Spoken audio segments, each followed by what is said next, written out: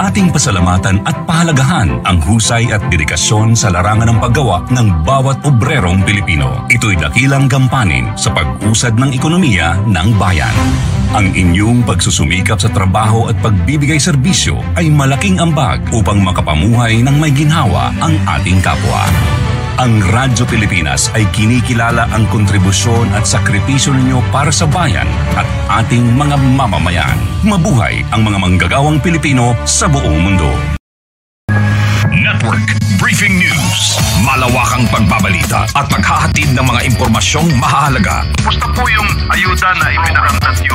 Tell us how you're doing it there. Kasama ang bawat ahensya, lokal na pamahalaan at media. DOLE, DSWD, ng Department of Agriculture. Network Briefing News. Maging hashtag laging handa sa panahon ng pandemya. Paano nyo na ipagpapatuloy? Kasama si Secretary Martin Andanar. Network Briefing News. Monday to Friday, 9 to 10 a.m. Dito sa Radyo Pilipinas. 738 a.m. Ngayong Semana Santa, gamitin natin ang pagkakataong ito upang makapagnilay-nilay sa katahimikan. Tayo ay manalangin ng taimtim at naway mapuna ng kapayapaan ang ating mga puso. Atin rin sanang alalahanin sa panahong ito ang totoong kahulugan ng sakripisyo ng Panginoong Hesus para sa sanlibutan. Ang Philippine Broadcasting Service at Radyo Pilipinas ay kasama nyo sa paggunita ng Sagradong Semana Santa. Bilang pag-obserba sa Semana Santa, ang Presidential Broadcast Service, Radyo Pilipinas, ay pansamantalang mawawala sa himpapawid mula March 28, Monday, Thursday, hanggang Black Saturday, March 30. At babalik sa ere sa Easter Sunday, March 31, para muling maghatid ng totoong balita at serbisyo sa bayan. Bilang paggunita sa Semana Santa, ang Philippine Broadcasting Service ay pansamantalang mawawala sa himpapawid mula April 6, Monday, Thursday, hanggang April 8, Black Saturday, at babalik sa himpapawid sa Easter Sunday, April 9, para muling maghatid ng balita at serbisyo sa bayan. Ang babago sa mukha ng AM radio nyo. Malo na balita. Pero let mako ang datingan. Ronda Pilipinas. Lawrence Tanhoco sa Radyo Pilipinas. 738 AM. Balitaang bago. Balitaang kakaiba. Balitaang isa sa taste ng Generation Next. Ronda Pilipinas ni Lawrence Tanhoco sa Radyo Pilipinas. 738 AM. One nation, one goal. The 2022 State of the Nation Address of President Ferdinand Romualdez Marcos Jr. A Radyo Pilipinas Special Coverage. Ating narinig mas klarong mga plano para sa mas matatag at nagkakaisang bansa. Fiscal policy aims to bring together the national government's resources so that these are mobilized and utilized in order to gain the maximum benefit and the high multiplier effects for our economy. Ating nalaman mas detalyadong mga proyekto para sa bawat Pilipino. Ipapaprioridad natin ang modernisasyon ng mga sakal. Magpapatuloy ang ating pagkalinga sa ating mga kababayan. We will exert all efforts to improve the welfare of our doctors, our nurses. Para sa mga kababayan nating naiipit sa kaguluhan, inaabuso at nanganganib ang buhay. Ilulunsad natin ang One Repatriation Command Center. Kasama ang buong puwersa ng Philippine Broadcasting Service. Napakinggan at napanood sa RP1, RP2, Republika FM1, Capital FM2, Radyo Pilipinas Worldwide, Radyo Pilipinas Nationwide, at sa aming mga official social media platforms. Ang komprehensibong pagbabalita sa makasaysayan at pinakaunang ulat sa bayan ng ating Pangulo tungo sa tagumpay ng Pilipinas bilang isang bansa. The 2022 State of the Nation Address of President Ferdinand Romualdez Marcos Jr. A Radyo Pilipinas Special Coverage. Ngayong tag-init, enerhiya tipid muna. Switch to LED bulbs. Ang mga light-emitting diode o LED ay kumukonsumo ng 75 less energy kumpara sa incandescent bulbs. At para mas makatipid, lights off dapat kapag hindi ginagamit. Ang wastong paggamit ng enerhiya ay wise na diskarte para makatipid. Isang paalala mula sa Department of Energy, Philippine Broadcasting Service at Radyo Pilipinas. Long weekend is coming! Kaya nakaka-excite kulayan ang mga drawing na bakasyon at summer getaway.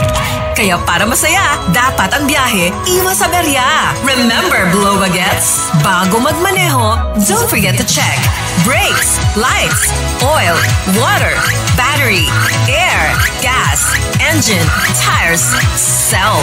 At syempre, observe road safety. Isang ligtas na biyahe para sa lahat mula sa Radyo Pilipinas.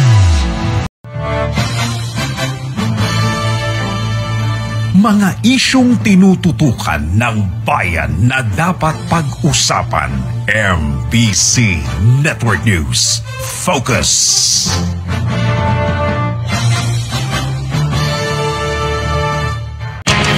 Mga katanungang batas lang ang makakasagot. Mga isyung batas lang ang makakalinaw. Tandaan, kakampi mo ang batas kung may alam ka sa batas. Sa Legal Minds, sa MBC Network News.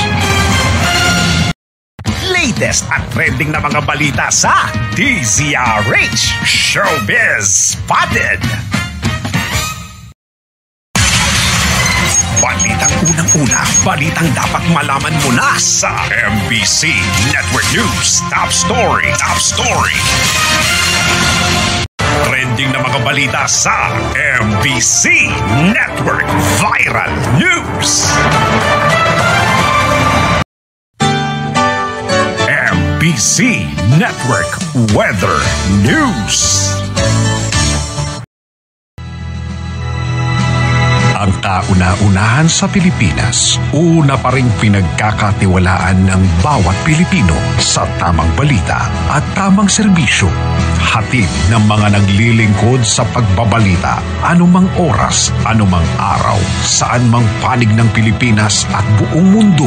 Mga programang hatid ay pinakabagong impormasyon na makakatulong sa pagharap sa araw-araw na desisyon para sa pamilya at para sa bayan. Sumasabay sa makabagong panahon. Ito ang DZRH News Television. Tamang balita, tamang serbisyo at tamang impormasyon.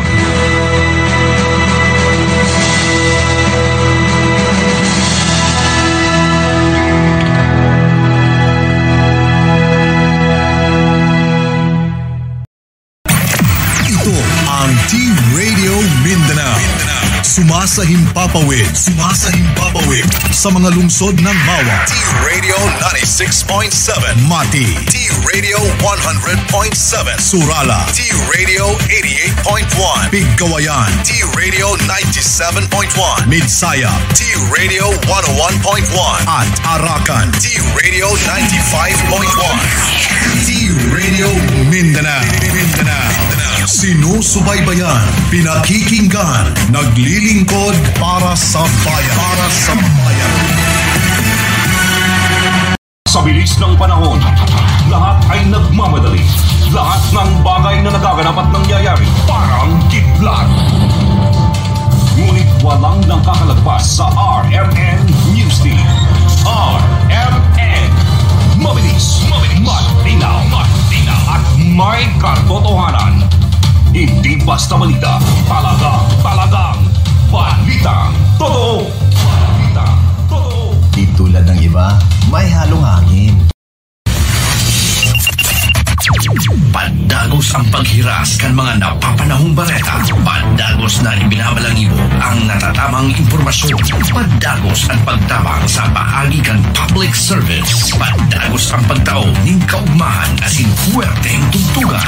Pandagos na numero uno sa puso kan mga Bicolano. Sa News FM. 5 years na tayo! Ayos kayo! Ini Ang Dagitsik News FM. Dagitsik News FM. At anong nataon nang nagtatao? Ninde kalidad na serbisyo publiko sa Lambang Bicolano. Dagitsik News FM. 6 years of dedicated quality service. Anong nataon na? Dagitsik sana. Ito ang DWWD 1134 kHz. Balita, impormasyon at musika. AM at FM pinagsama. Ito ang Katropa Radio. Iba tayo. Kayo ay nakatutok sa 1134 kHz. DWDD Katropa Radio. Iba tayo. Kami po ay kasapi ng KBP, kapisanan ng mga broadcaster ng Pilipinas. Ito ang DWDD 1134 kHz. Katropa Radio. Iba tayo. Ano ang tunog ng mga radyo sa kabahayan? 1, 2, 3, 4, Beat Radio! Beat Radio! Sa mga terminal at sa mga sasakyan. Beat Radio!